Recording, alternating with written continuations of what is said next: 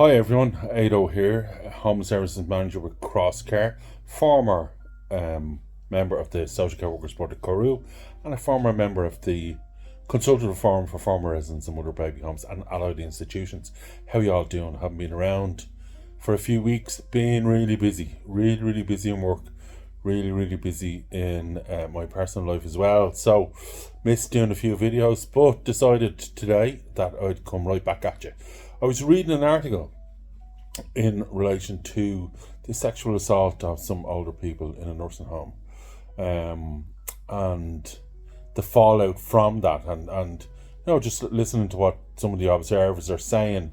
During the last 2 or 3 weeks, I've been doing a piece of work with some of the social care workers that I work with, and one of the things we've been looking at is who is responsible for your actions. And we've had a nice exploration. There was a series of questions that I posed to the guys that I work with, and one of them, that was one of the questions: who's responsible for your actions? And of course, ultimately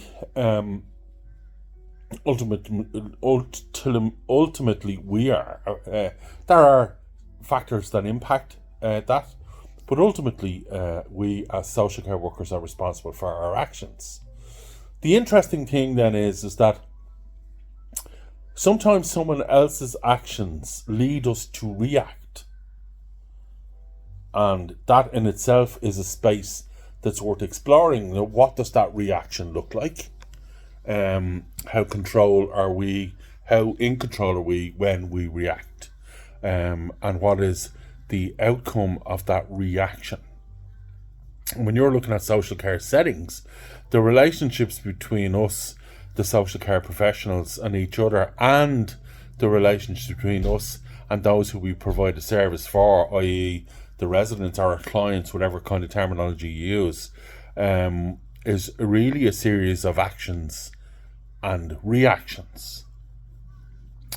And, most social care workers get that, and good culture or great culture is created when the team in its entirety, all members acting together, are very conscious of their actions and very conscious of their reactions, and are kind of explicit around giving each other permission to discuss these sort of things in a very caring and supportive way, instead of reacting negatively, but reacting positively, and maybe critically, but positively.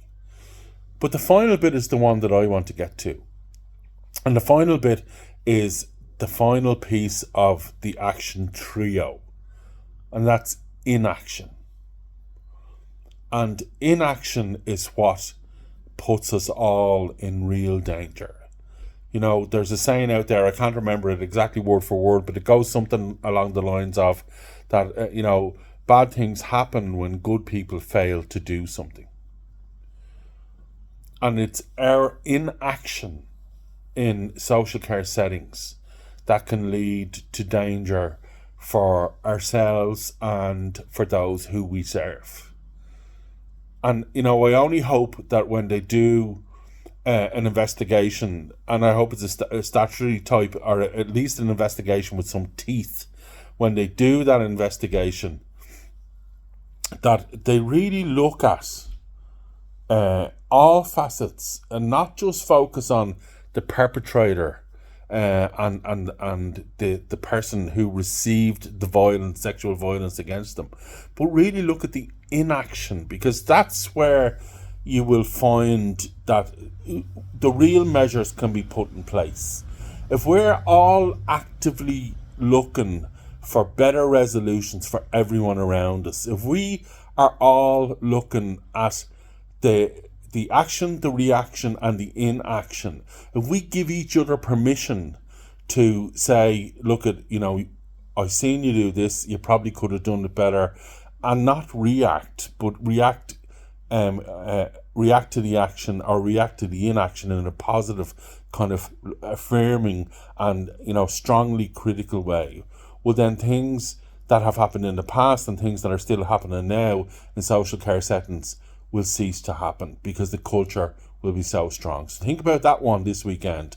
Our actions, our reactions, but most importantly, our inaction. Talk to you soon. See ya.